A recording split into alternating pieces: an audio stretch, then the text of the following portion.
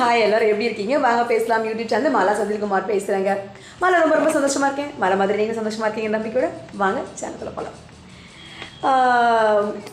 ஆன்மீகம் பற்றி நிறைய பேசுவேன். இப்போ நான் சொன்ன மாதிரி எங்கள் மாமா வீட்டுக்கு போயிருந்தப்போ ஆன்மீகம் பற்றி எங்கள் அம்மாவும் நானும் எங்கள் மாமாவும் பேசக்கூடிய ஒரு வாய்ப்பு கிடச்சிது. அதில் தேவாரம், திருவாசகம் இப்படிலாம் பற்றி நம்ம நிறையா பார்த்துட்டு இருந்தோம். இப்போது நானே நிறைய யூடியூப்லலாம் எனக்கு ஸ்ட்ரெஸ் இருக்கும்போது என்னென்ன பண்ணணும், நான் என்ன பண்ணுறது, என்னுடைய ஸ்ட்ரெஸ் ரிலீஃபுக்கு நான் என்னென்ன பண்ணணும் அப்படின்னு சொல்லிட்டு நான் நிறைய பார்க்கும்போது நிறைய இருக்குது.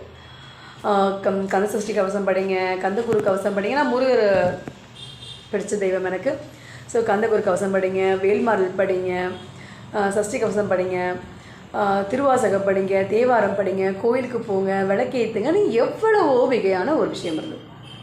பட் இந்த ஸ்ட்ரெஸ்ஸுக்குள்ளே இருக்கிறவங்களால எந்திரிச்சு குட் மார்னிங் கூட சொல்ல முடியாது அப்படிங்கிறது எத்தனை பேருக்கு தெரியும்?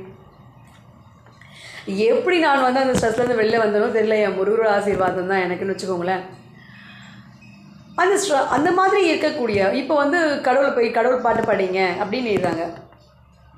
இதனால தான் என்ன ஆகுதுன்னா, நம்ம இறைவனை நோக்கி பயணம் பண்ணுறதுக்கு நமக்கு ரொம்ப கஷ்டமாக இருக்குன்னு நான் நினைக்கிறேன். ஏன்னா இப்போது மேத்ஸ் சொல்லிக் கொடுக்குறாங்க. இப்போ நிறைய டேபிள்ஸ் சொல்லிக் கொடுக்குறாங்க. இருக்கிறதுலே மேத்ஸில் எனக்கு ஃபார்முலாஸும் டேபிள்ஸ் தான் ரொம்ப கஷ்டம். டேபிள்ஸ் பார்க்கும்போது இப்போ என்ன பண்ணுறாங்கன்னா, அந்த நம்பர்ஸ் மாற்றி மாற்றி எழுதி கொடுக்குறாங்க. இப்படி லைனாக எழுதுறாங்க, அடுத்த ஆன்சர்ஸ் லைனாக. இந்த டேபிள்ஸில் இப்போ ஈஸியாக பண்ணுறதுக்கான ஒரு வாய்ப்புகளை மேத்ஸில் கொடுக்குறாங்க. ஏன் எதையுமே நம்ம கஷ்டமாக அடையும் போது நம்மளால் அந்த கடைசி வரைக்கும் அந்த இலக்கை போக முடியாது. இல்லைன்னா விட்டுடுவோம், கஷ்டப்படுவோம், விட்டுடுவோம், ஏதாவது காரணமாயிடும். ஸோ இறைவனையும் அப்படித்தான் நம்ம ஆக்கி வச்சுருக்கோம். கடவுளை அடையிறது ரொம்ப கஷ்டம். கடவுளை அடையணும்னா நித்யானந்த சுவாமிகள்னு சொல்லிட்டு திருவள்ளூரில் ஒருத்தர் இருந்தார், இப்போ இறந்துட்டார். அவர் ரொம்ப கஷ்டமாக தான் சாமியை சொல்லுவார். நான் போகணுன்னு ஆசைப்பட்டேன். சித்ரா பௌர்ணமிலாம் ஐயா பார்க்குறாங்க, பொதுமக்களை பார்த்து நமக்கு ஏதாவது சொல்லுவாங்க. நம்ம ஏதோ ஆன்மீக தேடல் இருக்குது மலாக்கு, அது என்னன்னு தெரிஞ்சுக்கலான்னு சொல்லிட்டு போகலான்னு பார்த்தா, அவர் கேட்குறவங்க எல்லாருக்குமே கோமா பதில் சொல்கிறதுனால எனக்கு அவர் மேலே பயம் நான் போகலை. அவர் இதை படிங்க, இதை படிங்க, இதை படிங்க. அதாவதுங்க இப்போது நிறைய ஆன்மீக குருக்கள் இருக்காங்க. நம்ம போய் அவங்ககிட்டலாம் ஆன்மீகம் கேட்குறோம், என்னன்னு கேட்குறோம். கடவுள்லாம் யார், எப்படி போகிறது, என்ன பண்ணுறது, சாமி கும்பிடணுமா, கோயிலுக்கு போகணுமா, அபிஷேகம் பண்ணணுமா, இல்லை இந்த அழகெல்லாம் குத்திக்கணுமா, என்ன பண்ணி கடவுளை அடையலாம், என்ன பண்ணி கடவுளோட ஆசீர்வாதத்தை அடையலாம், இப்படியே நம்ம கேட்டுகிட்டே இருக்கணும்னு வச்சுக்கோங்களேன். இப்போ அவங்க அனுபவத்தை சொல்கிறாங்க. இப்போ அதே மாதிரி நித்யானந்த சுவாமிகளும் அவருடைய அனுபவத்தை சொன்னார். அவர் நிறைய படிச்சிருக்காரு, நிறைய பாடல்கள் சொல்கிறாரு. இந்த சித்தருடைய பாடல்கள். சரி, எனக்கு சித்தருடைய பாடல்களை எனக்கு கந்த சஷ்டி கவசத்தையே 5 நிமிஷத்துக்கு மேலே கேட்குறதுக்கு முடியாது. ஸோ சித்தருடைய பாடல்கள்லாம் எப்படி படிப்பேன்? தமிழ் புரியணும், முதல்ல தமிழ் வரணும், அர்த்தம் புரியணும், அதை நான் விரும்பி படிக்கணும். அப்போ ஆன்மீகம் எனக்கு அப்போ என்ன ஆகும்? எனக்கு எங்கேயோ ஒரு இடத்துல என்ன ஆகுது, ஆன்மீகம் எனக்கு பாரமாகுது, கொஞ்சம் கஷ்டமாயிடுது. போப்பா, அதுக்கு பேசாமல் நம்ம டேபிள்ஸை படிச்சுட்டு மாஸ்டராக போயிடலாம். டேபிள்ஸ் படிச்சுட்டு மாஸ்டராக போயிடுவோம்னு சொல்லிடுவேன். டேபிள்ஸ் படிச்சுட்டு மேத்ஸ் கற்றுக்கிட்டு மேத்ஸ் மாஸ்டராக போயிடலாம் இல்லையா? ஒரு ஒரு ஒரு விஷயம் நமக்கு வரல அப்படிங்கும்போது அது நம்ம இன்ட்ரெஸ்ட் கொடுக்க மாட்டோங்கிறதுக்காக இந்த வார்த்தையை நான் சொல்கிறேன். அவர் சொல்கிறாரு, இந்த மாதிரி சித்திரங்கள் பாடல்கள் படிங்க, இதை படிங்க, அதை படிங்க. இப்போ என்ன ஆகுது, ரொம்ப கஷ்டமாகுது. 2வது விளக்கேற்றுறது. 1 முகம் போட்டு விளக்கேற்றுங்க, அகல் விளக்கேற்றுங்க, 5 முகம் போட்டு விளக்கேற்றுங்க, இந்த எண்ணெயில் விளக்கேற்றுங்க, 3 விளக்கேற்றுங்க, வெத்தலை தீபம் ஏற்றுங்க, மகாலட்சுமி பூஜை செய்யுங்க, வரலட்சுமி பூஜை செய்யுங்க, குபேரன் பூஜை செய்யுங்க, அது பண்ணுங்கள், இது பண்ணுங்கள். இப்போது என்ன எடுத்துக்கங்க, இப்போது நான் இருக்கேன். என்னால் ஒரு நாள் ஒரு காமாட்சி அம்மன் விளக்கை தேய்ச்சி விளக்கேற்றுறதுக்கே நான் பெஜார் படுறேன். முடியாதவங்கெல்லாம் இருப்பாங்க இல்லைங்க. இப்போ நானே ஒரு திமிர் பிடிச்சிட்டு சோம்பேறித்தனத்தால் தான் நான் விளக்கேற்றலைன்னு வச்சுக்கோங்களேன். உண்மையிலேயே முடியாதவங்க இருப்பாங்க இல்லைங்க. முடியாதவங்கன்னா அவங்க அப்போ அவங்களுடைய பிரார்த்தனை எப்படி போய் கடவுளை சேர்றது? இப்போ எங்கள் வீட்டுக்கார் சபரிமலை போகிறாரு, 3 தடவை போயிட்டு வந்துட்டார். இப்போ இந்த தடவை போகிறேன்னு சொல்லியிருக்காரு. வெள்ளையங்கிரி போயிருக்காரு. இப்போ போகிறவங்களுக்கு ஒரு ஆசீர்வாதமும் போகாதவங்களுக்கு ஒரு ஆசீர்வாதமும் கடவுள் கொடுப்பாருன்னு நினைக்கிறீங்களா நீங்கள்? என்னுடைய ஆன்மீகத்தில் என்னுடைய அனுபவத்தை நான் உங்களோட ஷேர் பண்ணிக்கிறேன். எத்தனையோ குருமார்கள் இருந்தாலும் அந்த குருமார்கள் எல்லாம் நமக்கு குரு ஆகிடுவாங்களான்னா அப்படி கிடையாது. நம்ம மனசு தான் நமக்கு குரு. நம்ம மனசை எதை ஏற்றுக்குதோ அதுதான் நமக்கு குரு. அந்த வார்த்தை, அந்த மொழி நம்ம வந்து கொண்டு போகிற அந்த அந்த குரு என்ன ஆகுறாங்க, நமக்கு ஏதுவான ஒரு குருவாக இருக்கும்போது அந்த வழியில் நம்மளால் போக முடியுது. ஆன்மீக பாதைங்கிறது அப்படி தான். நான் என்ன நினைக்கிறேன், இப்போது எத்தனை பேருக்கு நான் விளக்கேற்றலைன்னு என் மேலே கோவம் தெரியுங்களா? கண்டினியூஸ்லி என்னால் செய்ய முடியலங்க. செய்யணும், செய்யலாம், செஞ்சேன், செய்கிறேன், செய்யாமல் கூட விட்டுடுறேன். என்னுடைய நான் வலி அதிகமாக இருக்கிறதுனால என்னால் செய்ய முடியல. ஸோ இதை எப்படி நான் மனிதர்களுக்கு புரிய வைப்பேன்? சரி, மனிதர்களுக்கு புரிய வைக்க வேண்டிய அவசியம் இல்லை. ஏன்னா என்னுடைய தேடல் கடவுளோட தான், மனிதர்களோட இல்லை. சரி, இப்போது இதெல்லாம் செய்யலையே, எனக்கு என்ன பண்ணது, மனசு வலிக்குது. நம்ம செய்யலையே, நம்ம என்ன பண்ணுறது அப்படின்னு. நான் எப்போவுமே ஏதாவது ஒரு குழப்பத்தில் இருக்கேன் அப்படின்னு சொன்னால் உடனே முருகா நான் இந்த மாதிரி பண்ணலை, எனக்கு இந்த மாதிரி நடக்குது, எனக்கு இந்த மாதிரி கேள்வி இருக்குது, எனக்கு ஏதாவது பதில் கிடைக்கணும், எனக்கு பதில் கிடைக்கிற மாதிரி ஏதாவது ஒரு விஷயத்த சொல்லிடுங்க அப்படின்னு நான் கேட்பேன். அதுக்கேற்ற மாதிரி எனக்கு எல்லா பதிலும் கிடச்சிடும். எனக்கு கிடைச்ச பதிலை நான் உங்களோட ஷேர் பண்ணிக்கிறேன். ஓகேவா? முதல் விஷயம், இறைவன் அப்படிங்கிறவங்க ஒரு பெரிய பவர், புரியுதுங்களா? அவர் பெரிய சக்தி. அவர் எந்த உருவத்துக்குள்ளேயுமே எந்த ஒரு கண்ட்ரோலுக்குள்ளேயுமே வரமாட்டார். அவர் நம்ம அடையணும், இறைவனோட நம்ம பேசணும், இறைவன் நம்மக்கிட்ட வரணும்னு நமக்கு ஏதாவது ஆசை இருந்தால், நம்ம ஆசைப்பட்டாதான், புரியுதுங்களா? ஆசை இருந்தால் நம்ம செய்ய வேண்டியது 2 விஷயம். ஒன்று உண்மையாக இருக்கணும், இன்னொன்று அன்போடு இருக்கணும்.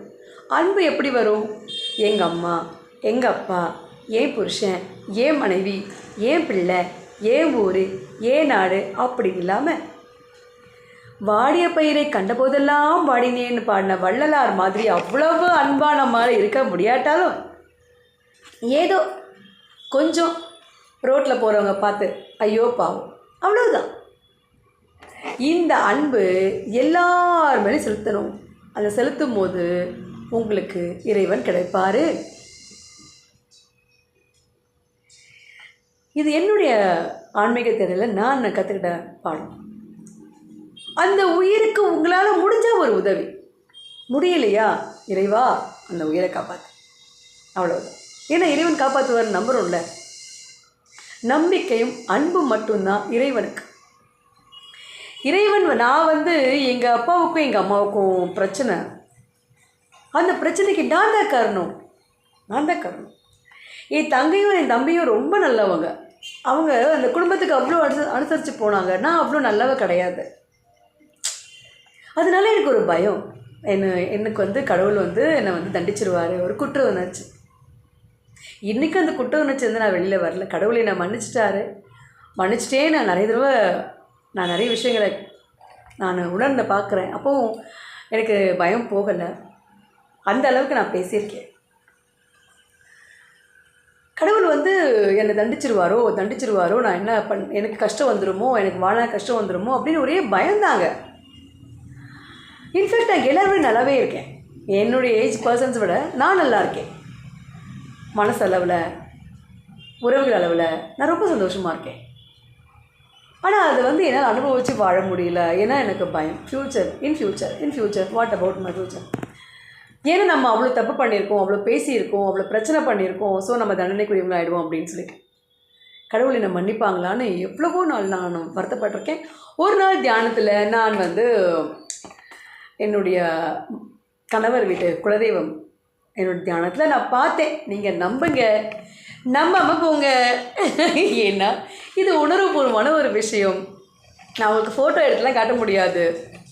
நான் பார்த்தது தான் உங்களோட ஷேர் பண்ணிக்கிட்டேன். ஓகேவா? தியானத்தில் பார்த்தேன். நான் தியானம் பண்ணுங்கள், உங்களுக்கு கடவுள் காட்சி கொடுப்பாங்க அப்படின்னு சொல்லும்போது நான் நம்பலை. ஏன்னா கடவுள் காட்சி கொடுக்குற அளவுக்கு நான் நல்லவனா அப்படிங்கிற எண்ணம் எனக்கு இருந்துச்சு. ஸோ எனக்கு அம்மா காட்சி தந்தாங்க. 10 வயசு குழந்தையா பச்சை கலர் பாவாடை சட்டையில் ப்ரௌன் கலர் பார்டர் போட்டு அம்மா அழகாக உட்காந்து எனக்கு காட்சி கொடுத்தாங்க. என் கண்ணிலேருந்து தண்ணி வந்துருச்சு, பயம் வந்துருச்சு. ஐயோ இந்த கோயிலில் நான் இருக்க மாட்டேன்னு சொல்லிட்டு அந்த கோயிலேருந்து வெளியில் வரேன். நான் அந்த தியானத்திலே உள்ளேருந்து வெளியில் வரேன். அதுக்கப்புறமா நான் பார்க்கல. நான் வந்து தியானத்தில் உட்காரும்போது பார்த்தீங்கன்னா எப்போவுமே என் முருகர் நினச்சிட்டு தான் உட்காருவேன். பட் வருவார், என் முருகர் தான் என் தியானத்தில் வருவார்னு நினச்சி என் முருகர் வரல. எங்கள் அம்மா வீட்டு குலதெய்வமும் நான் அடிக்கடி நினச்சிப்பேன். என் மாமியார் வீட்டு குலதெய்வத்தை நான் எப்பயோ சமயம் தான் நினச்சிப்பேன் எனக்கு தேவைப்பட்டேன். ஆனால் அந்த மாதிரி தான் என்னுடைய ஃபர்ஸ்ட்டு என்னுடைய தியானத்தில் வந்தாங்க. அப்போ தான் எனக்கு ஒரு விஷயம் புரிஞ்சுது. கடவுளுக்கு தேவை நம்மளுடைய அன்பு தான். நம்ம எங்கே இருக்கோம் எப்பயுமே வந்து இறைவன் நம்ம கூப்பிடுவோமான்னு காத்துட்ருப்பாரான். இந்த பதிவு பார்த்துட்ருக்க பெண்களுக்கெல்லாம் நான் சொல்கிறேன், உங்கள் வீட்டில் வந்து பெரிய ஏதாவது உங்களுக்கு ஏதோ சின்ன சின்ன விஷயம் தான், பெருசாக இருக்கணும்னு அவசியம் கிடையாது. ஆனால் அதையே நினச்சிட்டு உட்காந்துட்ருப்போம். என்ன இருந்தாலும் உங்கள் வீட்டு வாசல்லையே காத்துட்ருப்பாங்களாம் குலதெய்வம், நீங்கள் எப்போ கூப்பிடுவீங்கன்னு. நீங்கள் மறந்துருப்பீங்களா இருக்கும், அது நீங்கள் கூப்பிட்ட உடனே உள்ளே வந்துடுவாங்களாம். ஸோ அந்த மாதிரி உங்கள் வீட்டு குலதெய்வத்தை நீங்கள் நினச்சிக்கோங்க, மனசில் நினச்சிக்கோங்க. தங்கத்தேர்லாம் இருக்கணும்னு அவசியம் இல்லை, ஏன்னா அது நமக்கு தான் முக்கியம். கடவுளை பொறுத்த வரைக்கும் நம்ம அன்பும் நம்மளுடைய உண்மையாக நம்ம இருக்கணும், எப்படியுமே உண்மையாக இருந்துடணும். அப்போ நமக்கு வந்து சரி இதான் நடந்துச்சு, நான் பேசினேன், நான் வாய் பேசினேன், இல்லை நான் சொல்லலை, ஏன் வாய் பேசினேன், என்னை காப்பாற்றிக்க நான் வாய் பேசினேன், நான் யாரையும் கெடுக்கிறதுக்காக பேசலை. புரியுதுங்களா? நான் பேசுனதுனால மற்றவங்க மனசு வந்து போச்சு. ஸோ நான் என்ன பண்ணுறது, அப்போ சின்ன பொண்ணு, நான் ரொம்ப கோவமான அந்த சுச்சுவேஷனில் நான் அந்த மாதிரி நடந்துக்கிட்டேன். என்னுடைய சூழ்நிலை அந்த மாதிரி அமைஞ்சு போச்சு. நீங்களும் இறைவன் அப்படிங்கிறவங்க இப்படித்தான் அப்படின்னு நினைக்காதீங்க. அவர் ரொம்ப எளிமையானவர், ரொம்ப எளிமையானவர். கிருபானந்த வாரியார் சொல்கிறார், அரை நிமிஷமாவது நடங்க அப்படின்றார். அரை நிமிஷம் கூட நினைக்க முடியலையா, அந்த செகண்டில் ஹாஃப் செகண்ட் நினைங்க அப்படிங்கிறாரு. கிருபானந்த வாரியாரே சொல்கிறாரு, நான் சொல்லலை. இறைவனை பொறுத்த வரைக்கும் நீங்கள் நினைக்கணும், அவ்வளவுதான். எப்போவுமே நான் தும்பும்போது கூட ஹச் அப்படின்னு தும்பிட்டு சரவண முருகா அப்படி சொல்லுவேன். எப்பயுமே சொல்லி சொல்லி சொல்லி சொல்லி சொல்லி சொல்லி பழக்கத்தில் வந்துருச்சு அந்த வார்த்தை எனக்கு. எப்பயுமே ஏதாவது ஒன்றுனா, இப்போ ஒரு பாத்திரம் எடுக்கிறேன், அது வந்து எனக்கு கை தவறி கீழே போகுதுன்னா முருகா பிடிங்க முருகா பிடிங்க அப்படின்னு சொல்லுவேன். முருகா பிடிப்பாரா எதுன்னு எனக்கு தெரியல, நான் பிடிங்கன்னு சொன்னால் எங்கேயாவது ஒரு இடத்துல பேலன்ஸ் பண்ணி அந்த பாத்திரம் நின்றோம், எப்படியோ நின்றோம், அது கீழே விழாது. அப்படியே விழுந்தாலும் அது எனக்கு ஆபத்து இல்லாமல் போகும். ஸோ நம்மளுடைய எண்ணம் எப்படின்னா நம்பிக்கை. கடவுள் வந்து ரொம்ப தூரத்தில் மேலே அப்படிலாம் இல்லை. ஜீவன் சிவனானான். யார்? ஜீவன் சிவனானான். நம்மளுடைய சிவலிங்கத்துடைய அந்த தாத்பரியம் வந்து நம்ம கட்ட விரல் அப்படின்னு சொல்லுவாங்க. இது வந்து அக்னிக்கான விரல். நீங்கள் வந்து எப்பயுமே இறைவன் உங்கள் கூட தான் இருக்காருங்க. நீங்கள் எங்கே போனாலும் நீங்கள் வந்து செருப்பை மாலையாக போடுற கோயில்களெல்லாம் கூட தமிழ்நாட்டில் இருக்குதுன்னு சொல்கிறாங்க. நீங்கள் இறைவனை அடையிறதுக்கு உங்களுக்கு தேவையானது அன்பு. அன்பு ஏங்க, எனக்கு நிறைய பொறாமைங்க, எனக்கு நிறைய ஆசைங்க, எனக்கு கோவம் வருதுங்க அப்படின்னு நீங்கள் சொல்லுங்களேன். நீங்கள் இறைவனை நோக்கி பயணம் பண்ணிக்கிட்டே இருங்களேன், அதெல்லாம் குறைஞ்சிரும். நீ கோவத்தை அடக்கவே வேண்டாம். எல்லாம் சொல்லுவாங்க, நீங்கள் தியானம் பண்ணும்போது வந்து மனசை அடக்கி வச்சு தியானம் பண்ணுங்க அப்படின்னு. நம்ம சில பேர் சொல்லுவாங்க பாருங்கள், நம்ம சூப்பர் ஸ்டார் சொல்லியிருக்காரு பாருங்கள், மனசை ஓட விட. என்னைக்காவது அது மனசுக்கு டயர்டாகிடுமா, அது ஓடி ஓடி ஓடி ஓடி ஓடி ஒரு இடத்துல டயர்டாகிடும். அப்படி ஓடி ஓடி ஓடி ஈசனை தேடி அலைஞ்சு அவர் வேற எங்கேயும் இல்லை எனக்குள்ளே தான் இருக்காங்க அப்படின்னு பெரியவங்களே சொல்லியிருக்காங்க. அதே மாதிரி அந்த அளவுக்கு நம்ம ஏன் போவானே, ஏன்னா நமக்கு சொல்லி கொடுத்துட்டு போயிட்டாங்களே. கடவுளை எங்கே தேடணும், நமக்கு வந்து இல்லாத ஒரு ஊருக்கு நம்ம இல்லாத ஒரு பாதையை நம்ம வந்து ஒரு ஊருக்கான பாதையை நம்ம தேடி போகிறோன்னா அவர் நியாயம் இருக்குது. நமக்கு தான் ஆல்ரெடி பாதை போட்டு கொடுத்துட்டாங்களே பெரியவங்க, இப்படி ஒரு வழி இருக்குது, இப்படி போங்க, இதுதான் அது. இந்து மத கடவுளுக்கு மட்டும் ஏன் வந்து இவ்வளவு எதிர்ப்பு இருக்குதுன்னு உங்களுக்கு தெரியுதுங்களாங்க? ஏன்னா எல்லா கடவுளையும் நீங்கள் என்ன பண்ணலாம், கடவுள்கிட்ட போங்க, உங்களுக்கு வந்து நல்லது நடக்கும், கடவுள்கிட்ட கேளுங்க, அவர் கொடுப்பாரு, கடவுள்கிட்ட இப்படி பிரார்த்தனை பண்ணுங்கள், இப்படிலாம் சொல்லி கொடுத்துருக்காங்களே தவிர கடவுளை அடையிறதுக்கான வழியை இந்து மதம் தான் சொல்லி கொடுத்துருக்கு. நீங்களே கடவுள், உங்களுக்குள்ளேயே இறைவன் இருக்கிறாருங்கிற ஒரு விதியையும் நமக்கு சொல்லி கொடுக்கறது இந்த இந்து மதம் தான். அதனால தான் இந்து மதத்துக்கு இவ்வளோ எதிர்ப்பு. நல்லவங்களுக்கு எப்பவுமே என்ன பண்ணோம், கஷ்டம் வந்துகிட்டே தான் இருக்கும். சார் இப்போ என்னாச்சு, இப்போது நான் ரொம்ப பொறாமங்க, என்னை விட பொறாமப்பட்டுவீங்களாங்க நீங்கள்? மாலை விட பொறாமப்பட்டுருவீங்களா? ஐயோ ஐயோ ஐயோ ஐயோ! யாராவது என் கண்ணு முன்னாடி நல்லா இருந்துட்டா என் காதில் இருந்து குக்கர் மாதிரி புகை வரும் தெரியுங்களா உங்களுக்கு? என் தங்கச்சியே சொல்லியிருக்கா, நீ என்னை பார்த்து பொறாமப்படுறமானா அப்படின்னு. புரியுதுங்களா? அவ்வளோ பொறாமப்படுவேன். உடனே யாராவது படிச்சுட்டாங்கன்னா உடனே படிக்க போயிடுவேன் நானும். ஏன்னா அவங்க மட்டும் படிச்சுட்டு பெரியல் ஆகிட்டாங்களே. யாராவது ஒரு முறுக்கு சுட்டுட்டாங்களா நானும் முறுக்கு சுட்டு அவங்கள விட நல்லா வரணும், அவங்கள விட நல்லா இருக்கணும், அவங்கள விட என்னை விட பொறாமப்பட்டுருவீங்களாங்க நீங்கள்? மாலா விட ஆசைப்பட்டுருவீங்களாங்க நீங்கள்? பெரிய பங்களா கட்டணும், ஸ்விம்மிங் பூலோட பங்களா சென்னையில் கட்டணும். சமைக்கிறதுக்கு கூட ஏந்திரிக்க மாட்டேன், வாரத்துக்கு ஒரு நாள் தான் குளிப்பேன். உழைச்சதுக்கு கட்ட முடியும் சொல்லுங்கள்? உழைக்கிறதுலாம் கிடையாது. யாரையாவது பார்த்து பொறாமப்படுறது, யாரையாவது பார்த்து உடனே ஆசைப்படுறது. அவள் வேலைக்கு போயிட்டாலா, இப்போ எல்லாரும் வேலைக்கு போகிறாங்க. எனக்கு எவ்வளோ புகை வருது தெரியுமா காதில்? ஆடா ஆடா ஆடா ஆடா ஆடா ஆடா எல்லோரும் வேலைக்கு போகிறாங்க, நான் மட்டும் சும்மா இருக்கேன். எல்லோரும் கஷ்டப்படுறாங்க. காலையில் எழுந்திரிச்சு எல்லா வேலையும் செஞ்சு முடிச்சுட்டு வேலைக்கும் போயிட்டு வேலையில் இருக்க பிரச்சனையும் பார்க்குறாங்க. என்னை யாராவது என்ன சொல்லிட்டா நான் வேலையை விட்டுருவேன். என்னை எப்படி வேலைக்கு வச்சுப்பாங்கன்னு நீங்களே நம்புங்க. இப்போது என்னுடைய உழைப்பு இல்லாமல் நான் பொறாமை மட்டும் பண்ணிக்கிட்டு இருக்கேன். எனக்கே கடவுள் காட்சி கொடுத்துருக்காங்க. நீங்கள் என்னை மாதிரிலாம் பொறாமைக்காரங்களாக இருக்க மாட்டீங்க நிச்சயமாக. மாலா மாதிரி ஒரு பொறாமையானவங்களா, மாலா மாதிரி ஒரு ஆசைப்படுறவங்களா, மாலா மாதிரி ஒரு கெட்டவங்களா இந்த உலகத்தில் வேறு யாருமே இருக்க மாட்டீங்க. நான் சொல்கிறேன், எனக்கே இறைவன் ஆசீர்வாதம் பண்ணி எனக்கே இன்றைக்கி 1000 பேர் சப்ஸ்கிரைப் பண்ணி என் மூஞ்சி பார்க்குற அளவுக்கு என்னை இறைவன் வச்சுருக்காருன்னா, பிற உயிர்கள் மேலே அன்பு காட்டக்கூடிய உங்களை மாதிரி ஆட்களை நிச்சயமாக இறைவன் ஆசீர்வாதம் பண்ணுவார், நிச்சயமாக பண்ணுவார்.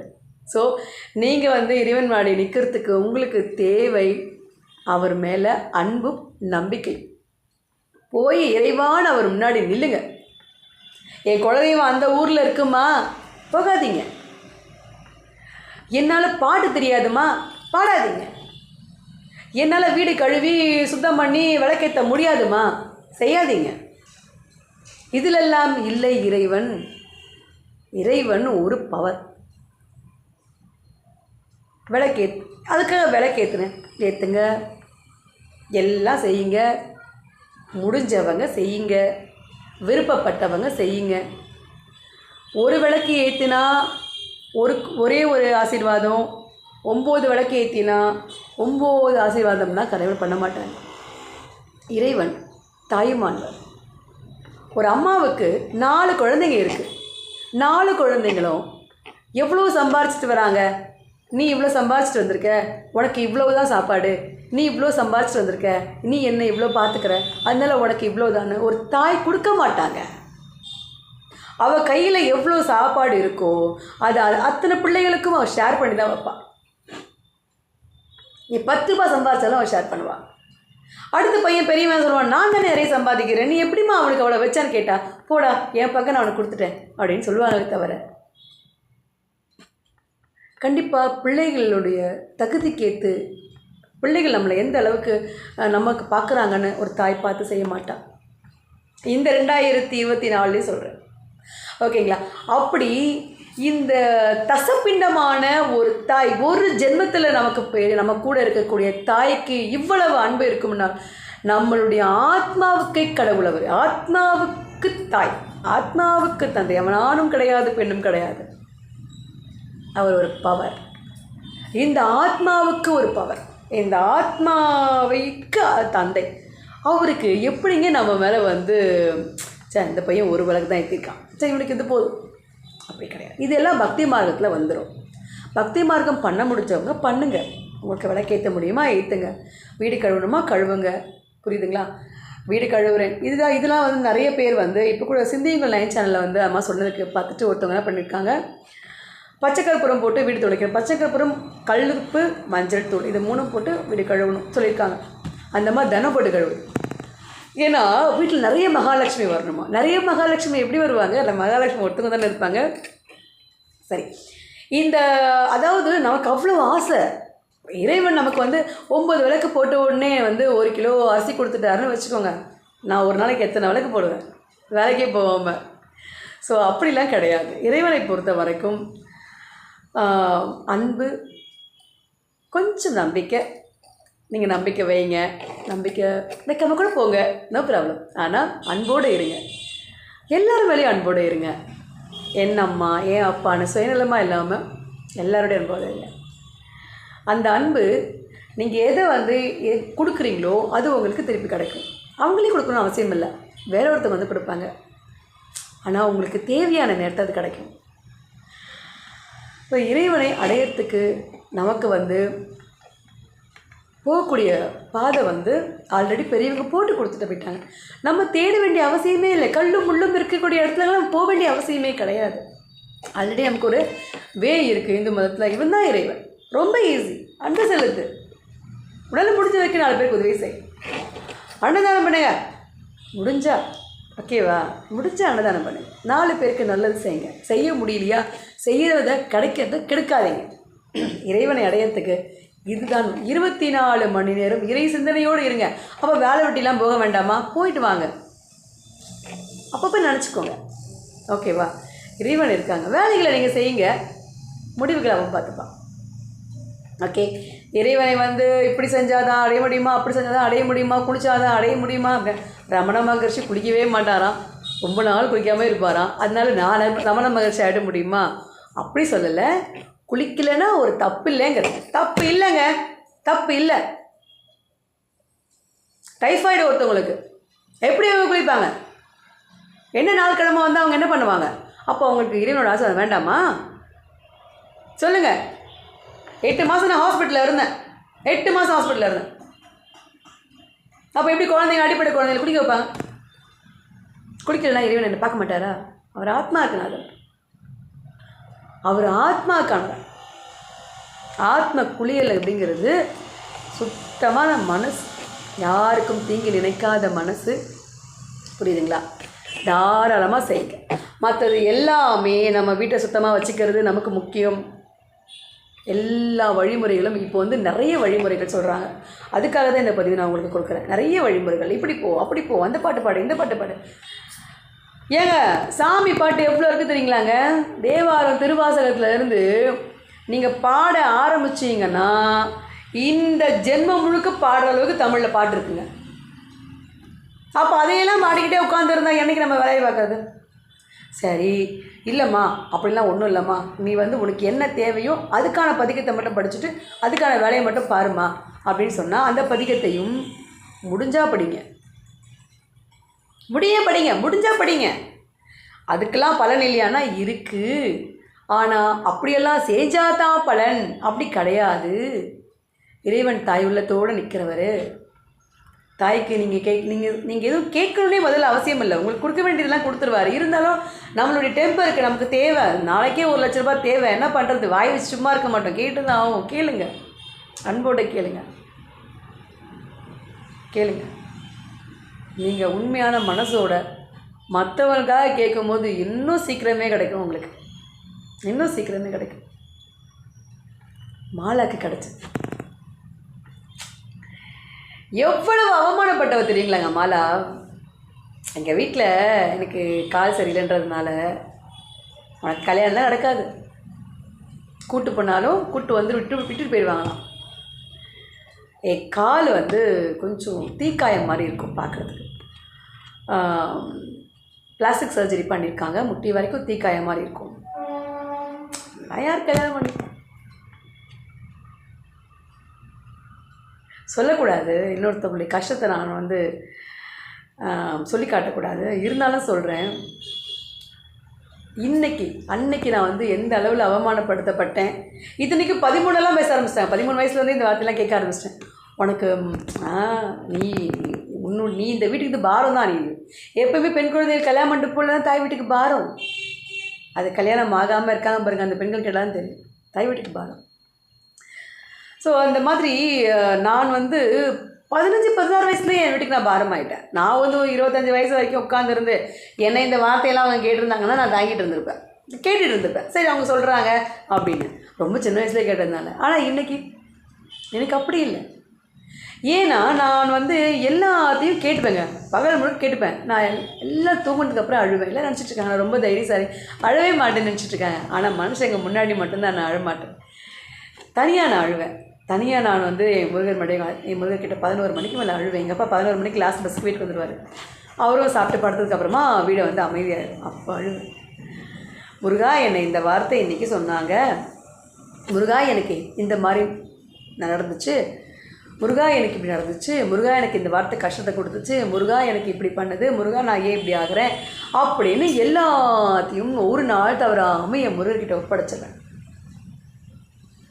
இன்றைக்கி என்னுடைய வயசு பிள்ளைகள் என் கூட வாழறவங்க என்னை விட சந்தோஷமாக யாருமே இல்லை தெரியுங்களா? எல்லாருமே என்னைய பார்த்து உனக்கு என்ன, உனக்கு நடக்கும். எப்படி நடந்துச்சு? எப்படி நடந்துச்சு? என் ஹஸ்பண்ட் பேர் தெரியுமா? செந்தில்குமார். மாலா செந்தில்குமார். அந்த செந்தில்குமார் வர்றா. நம்ம நினச்சிட்டு இருப்போங்க, இது நடந்துருமோ அது நடந்துருமோ.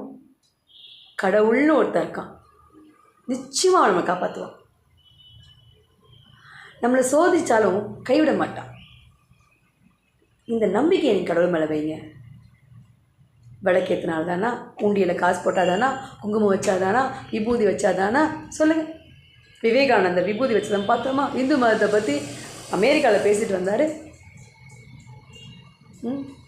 முடிஞ்சா வைங்க, நினச்சா வைங்க, தேவைப்பட்டால் செஞ்சுக்கோங்க, விருப்பமில்லை செய்யாதீங்க.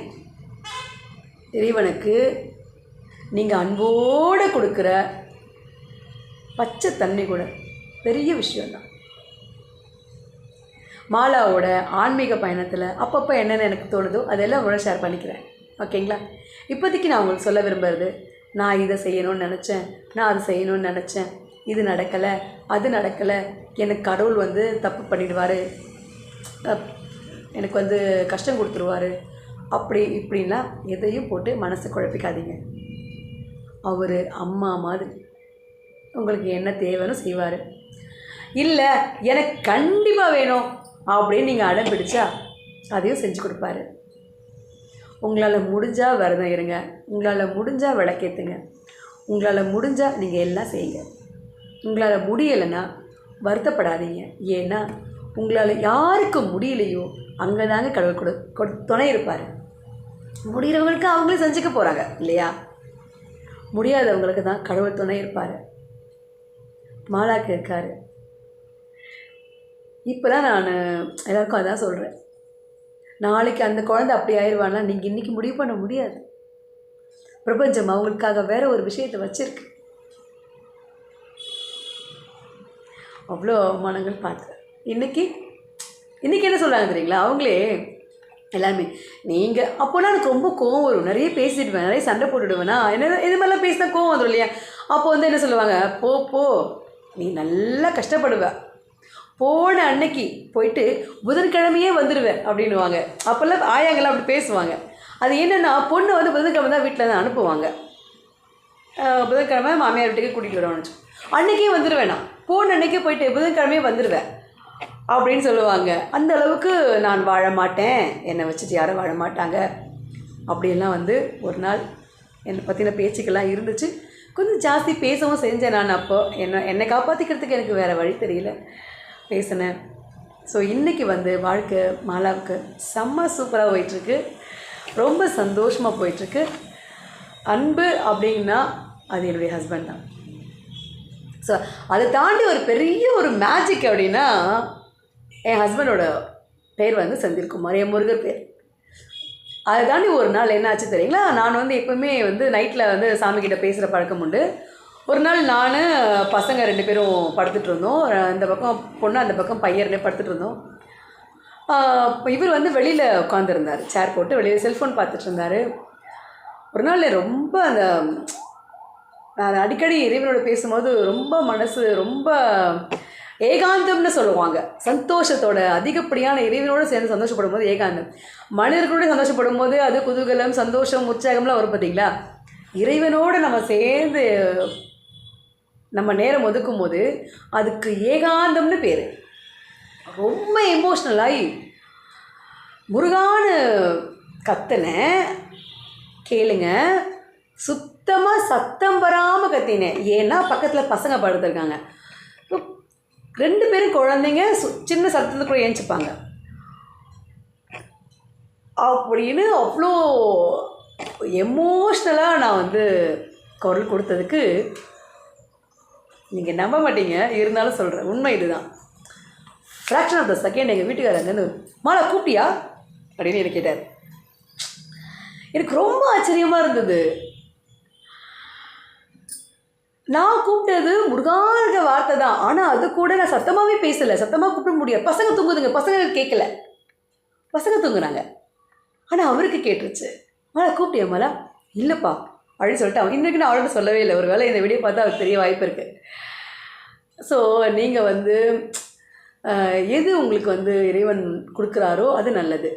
நான் பெரிய பாடகி ஆகணும், பங்களா கட்டணும், உலகம் முழுக்க ஃபேமஸ் ஆகணும் அப்படிலாம் தான் ஆசைப்பட்டேனே தவிர கல்யாணம் பண்ணிக்கணும்னு நான் தோணலை எனக்கு. என் தங்கச்சி கல்யாணம் பண்ணிட்டேன். என் தங்கச்சி சொன்ன மாதிரி என் தங்கச்சி கல்யாணம் ஆனதுனால பொறாமை பிடிச்சி போய் நான் கல்யாணம் பண்ணிக்கிறதே தவிர கல்யாணம் அப்படிங்கிற வாழ்க்கை வேறு பெருசாக எனக்கு இன்ட்ரெஸ்ட் இருந்ததில்லை. எனக்கு பணம் தான் பாயில், அவ்வளோ பணம் பணம் பணம் பணம் பணம். இப்போது அந்த பணம் வச்சுருக்கிறவங்களெல்லாம் நான் பார்க்குறேன், அவங்களால என்ன மாதிரி சந்தோஷமாக சிரிக்க முடியறதில்ல. தட்ஸ் மாலா. ஓகே மாலா, ரொம்ப சந்தோஷமாக இருக்கேன். நீங்களும் ரொம்ப ரொம்ப சந்தோஷமாக இருக்குங்க. உங்கள் எல்லாருக்காகவும் என் முருகர்கிட்ட எப்பயுமே நான் பிரார்த்தனை பண்ணிக்கிறேன். நீங்கள் எல்லாருமே எப்பவுமே நல்லா இருக்கணும். உங்களுக்கு ஏதாவது பிரச்சனைனா உங்கள் இறைவன்கிட்ட சொல்லுங்கள். உங்களுக்கு எந்த தெய்வம் இஷ்ட தெய்வமோ அந்த இஷ்ட தெய்வத்தை நீங்கள் அடிக்கடி பார்க்குற மாதிரியான ஒரு படத்தை வாங்கி நீங்கள் பார்க்குற மாதிரி ஒரு இடத்துல வச்சுக்கோங்களேன். அது பாத்ரூமாக கூட இருந்துட்டு நோ ப்ராப்ளம், ஓகேவா?